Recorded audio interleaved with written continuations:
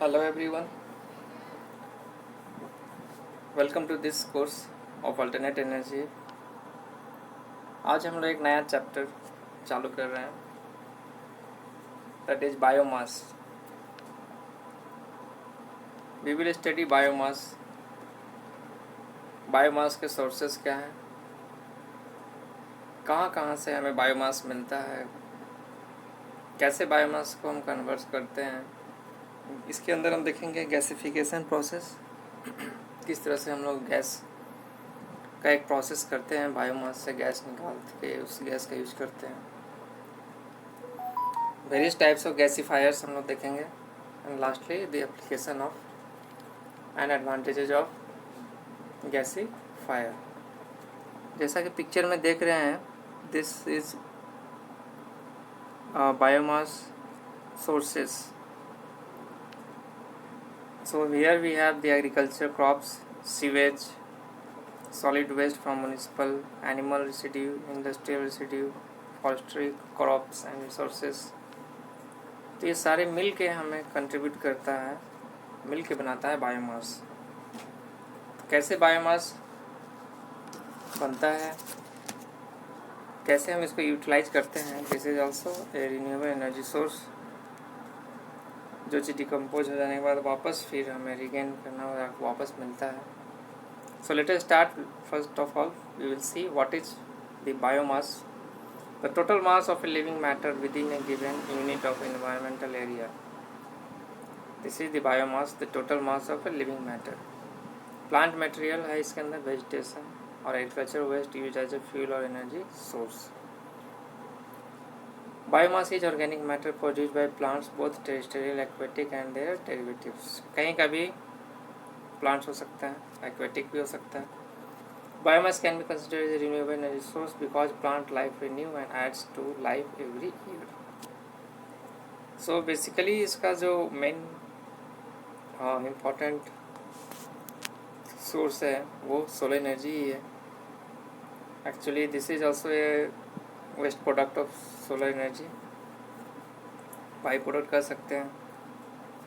Solar energy plant gets photosynthesis, वहाँ photosynthesis होता है, उसके बाद वो बायोमास में कन्वर्ट होता है, इससे हमें फिर एनर्जी कन्वर्ट करते हैं। Next we will see the sources. These are the sources of biomass. Agriculture crops and residues जितने बचे होते हैं सबसे हम सबके अंदर लिविंग और रेसिड्यू है, एक सॉलिड मास है। Total mass of a living matter within a given unit of environmental area. Sewage, जितने भी हमें सीवेज या सीवेज से बनता है हमारा जो भी खाद, जो भी मिट्टी बचता है, that is also utilise.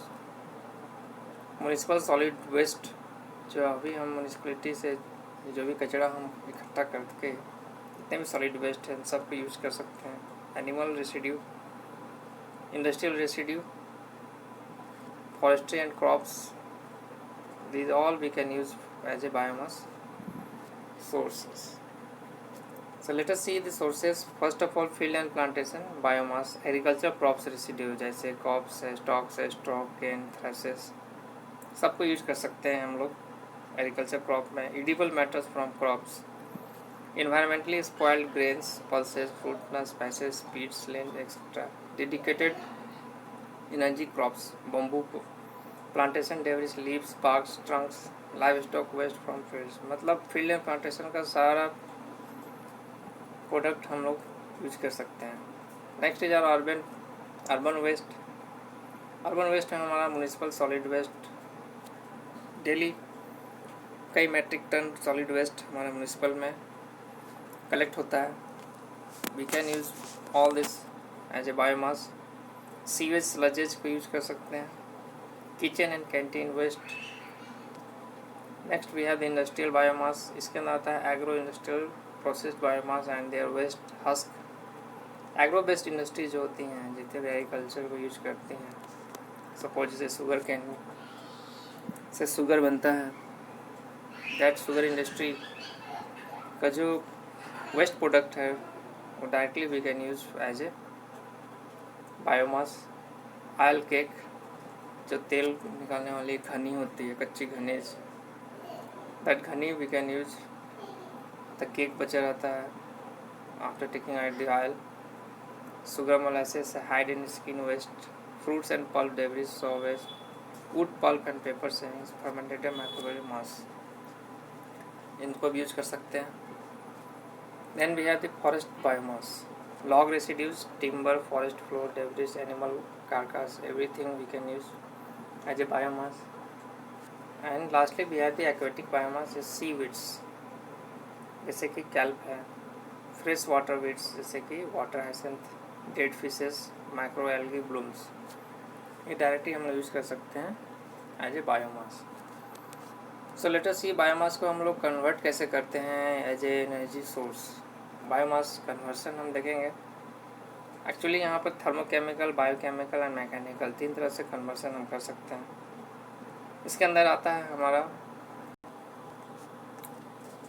Thermochemical conversion में पहला है पैरोलाइसिस। पैरोलाइसिस में हम लोग हाईली टेम्परेचर में किसी भी केमिकल डिकम्पोजिशन करते हैं, high temperature, but in the absence of oxygen में पैरोलाइसिस बोलते हैं। गैसिफिकेशन है, कम्बसन है। From this we have the bio oil, fuel gas and heat. इनको हम डायरेक्टली यूज़ कर सकते हैं in chemical form, heat form में, और अगर डायरेक्टली इलेक्ट्रिसिटी जनरेट कर सकते हैं। Also we use the bio oil. Bio oil को ट्रांसपोर्टेशन एज फ्यूल में यूज़ कर सकते हैं, इन व्हीकल्स, ऑटोमोबाइल्स में यूज़ कर सकते हैं bio oil.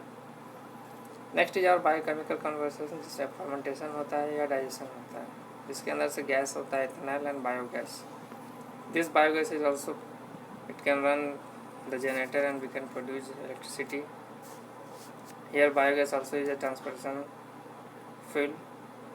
Next we have the mechanical conversion. Mechanical में डायरेक्टली हम लोग ऑयल के रूप में कन्वर्ट करके उसको ट्रांसपोर्टेशन में directly as a fuel use कर सकते हैं। So let us see the first of all the thermochemical conversion. Thermal conversion process uses heat as the dominant mechanism to convert biomass into another chemical form. So biomass एक solid form में है और उसको use कर उसको हम एक treatment दे रहे हैं, उसको फॉर्म में चेंज कर रहे हैं, एक केमिकल फॉर्म चेंज किया, also known as thermal oil heating. It is a type of heating in which liquid phase heat transfer medium is heated and circulated to one or more heat energy users within a close loop system. Thermochemical processes are most commonly employed for converting biomass into higher heating value fuels. Major thermal conversion route include direct combustion or provide heat, liquid fuel and other elements to generate process heat for thermal and electricity generation. So altogether हम देख रहे हैं यहाँ पर कि thermally किसी चीज़ को heat करके उसको केमिकल प्रोसेसिंग करना, उसके बाद उसको कन्वर्ट कर देना for making fuel. This is thermochemical conversion. Thermochemical conversion में हम देख रहे हैं पायरोलाइसिस है, गैसिफिकेशन है, कम्बसन है। Pyrolysis we know that pyrolysis में किसी भी केमिकल डिकम्पोजिशन को हाईली एलिवेटेड टेम्परेचर में, बहुत हाई टेम्परेचर में हीट करना, लेकिन वहाँ विदाउट एब्सेंस ऑफ ऑक्सीजन, इस तरह का प्रोसेस को पायरोलाइसिस करते हैं। इसमें प्रोड्यूस होता है हमारा चार, bio oil and fuel gas. चार को स्टोर करके हम लोग चारकोल बना सकते हैं। पायरोलाइसिस से बायो ऑयल स्टोरेज करके then we can chemical transfer fuel hydrogen. And gasification से हम फ्यूल गैस डायरेक्ट कन्वर्ट करके डायरेक्ट गैस बनाएंगे। एंड दैट गैस से हम टरबाइन रन कर सकते हैं for electricity. For that gas we can use IC engines for generate electricity. So this is how this combustion, this thermochemical conversion is taking place.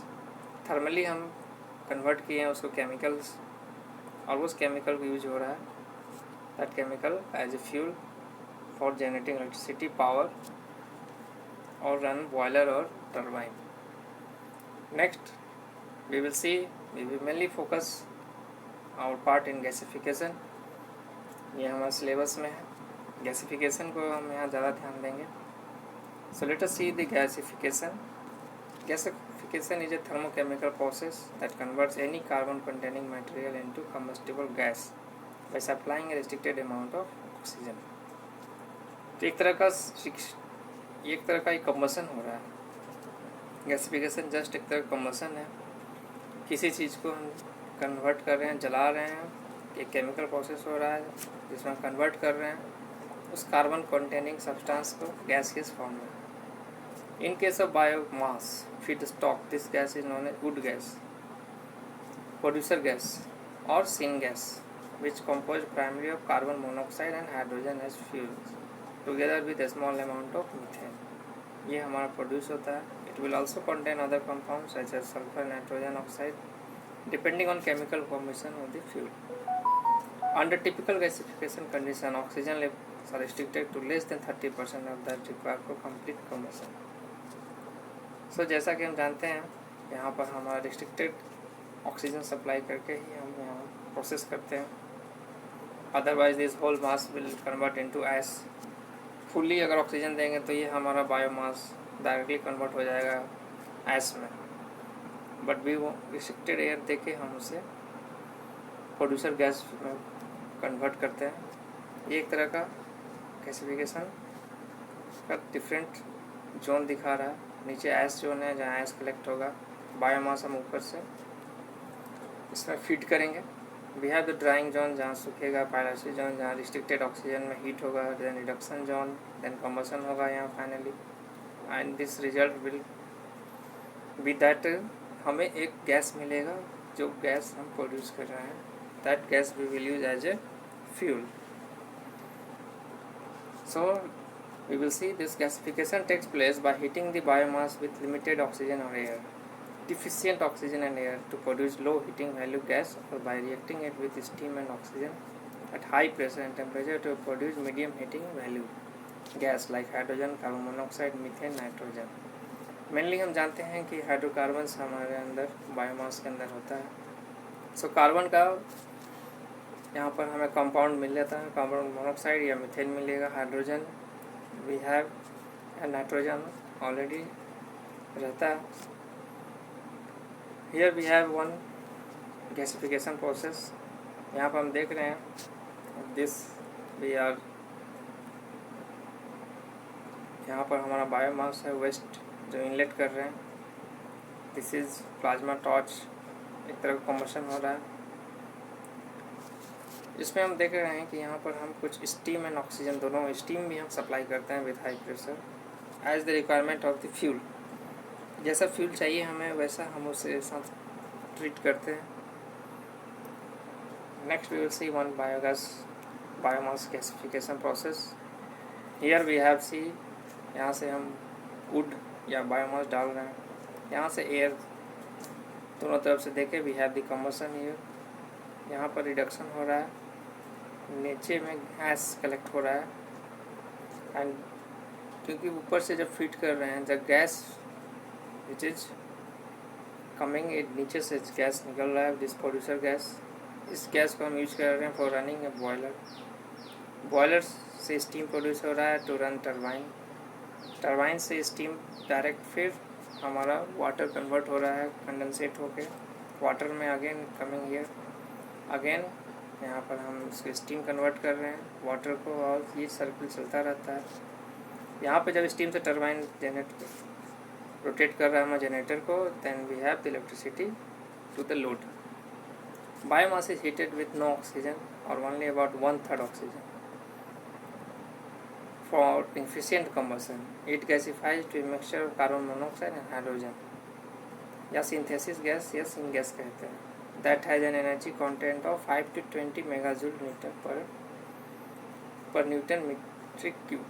Metre cube में इतना ज़्यादा हमें मिल जाता है energy. Depending on the type of biomass and whether gasification is connected with air oxygen throughout indirect heating. This energy contains roughly 10 to 45% of the heating value of the natural. This whole process completed at elevated temperature 800 to 1300 degree Celsius. तो बहुत high temperature हम यहाँ रखते हैं जहाँ पर series of chemical reaction, that is why it comes under thermochemical conversion.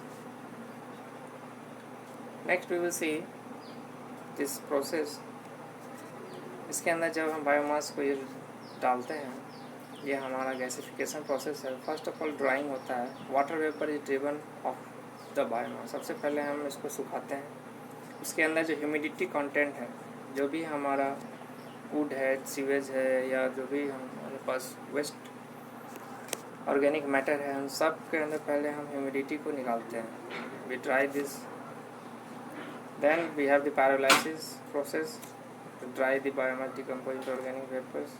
उसके बाद कंबशन होता है, then we have the reduction. Combustion, some of the char and tars burns with oxygen from air to give heat and carbon dioxide. This heat enables to other stages of the gasification process. Then we have the reduction. Water vapor reacts with carbon, producing hydrogen, carbon monoxide and methane. Carbon dioxide reacts with carbon to produce more carbon monoxide. तो mainly ये 4 process होता है. Next we will see different types of biomass gasifiers. इसके अंदर हमारा आता है with the design of gasifier depend upon type of fuel use. We have this two types, fixed bed gasifiers, fluidized bed gasifier. Fixed bed gasifiers में हम 3 तरह के हैं इसमें, updraft gasifier, downdraft and cross draft gasifier. Actually किस तरह से हमारा गैस का इनलेट आउटलेट हो रहा है उसके अकॉर्डिंग इसका नाम है। फ्लूइडाइज्ड बेड में सर्कुलेटिंग होता है और बबलिंग बेड टाइप होता है। So first we will see this updraft gasifier. An updraft gasifier is one of the oldest and simplest of all design. Here the gasification medium air, oxygen or steam travels upward while the bed of fuel moves downward. So इसका नाम जो पड़ा है updraft means ऊपर की तरफ निकलना।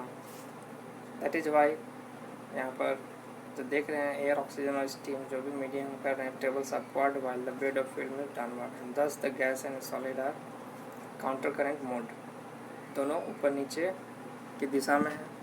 Updraft gasifier suitable for high ash up to 25%, high moisture up to 60% biomass. They are also suitable for low volatile fuels such as charcoal. Tar production is very high, 30 to 150 gram per metric cube in an updraft gasifier, which makes it suitable for high volatility fuels. This is the layout of updraft gasifier. यहाँ से हम biomass add कर रहे हैं। This is the steam plus air.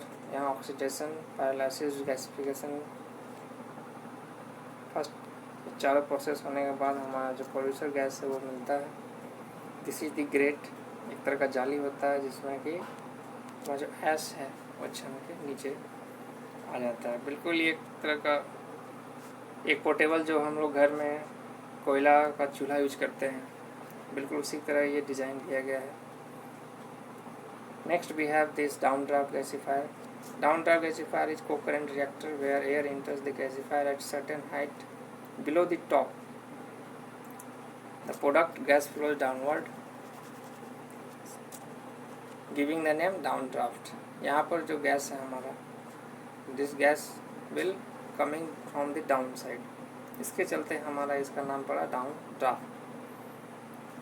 Since it passes through the high temperature zone at hot gases, that are in product gas finds favorable condition for cracking.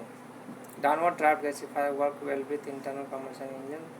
Engine suction draws air through the bed of fuel and gas is produced at end. Low tar content, we have the product gas is another motivation for their use with internal combustion engine. So downdraft gasifier से जो हमारा जो gas निकलता है mainly हम लोग IC engine में use कर सकते हैं। So these are the 2 types of fixed bed gasifiers. अब हम लोग देखेंगे fluidized bed gasifiers. Fluidized bed gasifiers are noted for their excellent mixing and temperature uniformly.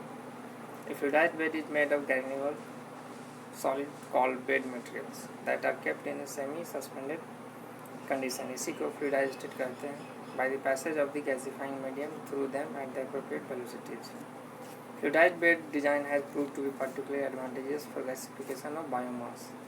Its tar production lies between that of updraft and downdraft gasifiers with an average value of around 10 gram per metric meter cube.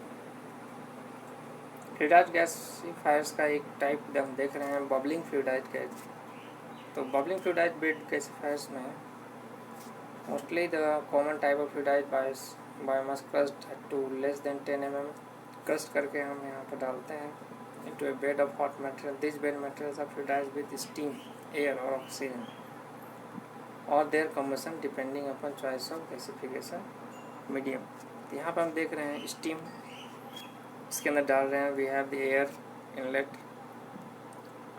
यहाँ से हमारा gas take off हो रहा है बाहर और यहाँ से गैस आउटलेट हो रहा है। This is the dust separator. जो गैस है उसके साथ जो भी डस्ट, अगर हार्ड पार्टिकल्स, कुछ बड़े पार्टिकल्स होंगे, वो इस प्लेट से स्ट्राइक करके वो वापस नीचे गिर जाएंगे और जो गैस है वो वापस clean gas we have here we can pass through this gas outlet. तो this is the coal bunker. यहाँ से हम बंकरिंग कर रहे हैं। We are converting this coal as here for gas. यहाँ पर हम बायोमास यूज कर सकते हैं। नेक्स्ट वी हैव फ्लूइडाइज्ड में हम तीसरा पार्ट देखते हैं, that is circulating fluidized bed gasifier.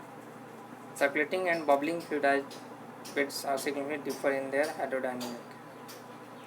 In circulating fluidized bed the solids are dispersed all over the tall riser, allowing a long residence time for gas as well as for the fine particles.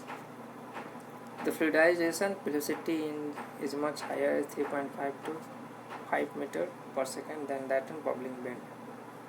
तो bubbling bed से ज़्यादा इसमें हमारा fluidization velocity होता है। You can see here this is the reactor। यहाँ पे हमारा cooling water का प्रोसेस है। वी हैव द बॉटम, यहाँ से ऐश निकल रहा है। सो यहाँ पर हम सर्कुलेट कर रहे हैं। Actually the producer gas, product gas हमारे यहाँ से बाहर निकल रहा है। यहाँ से हम फैन से फ्लो करा रहे हैं। We have the 850 to 900 degree Celsius temperature है हमारा और यहाँ से हम बायो फ्यूल फीड कर रहे हैं।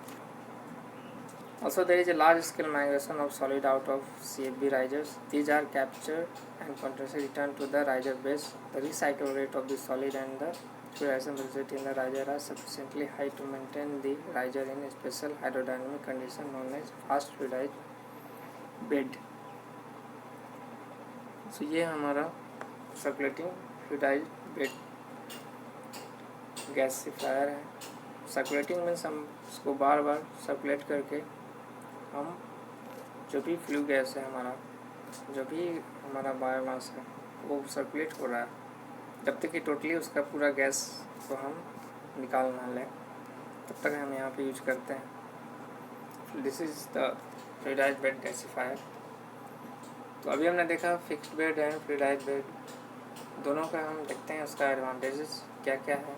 फिक्स्ड बेड में है minimal free treatment of feed coal, high thermal efficiency, low oxidant requirement. Disadvantage क्या है? High methane content in product gas, tars, oils and heavy hydrocarbons in product gas, difficulties in handling cakes, coals and fines.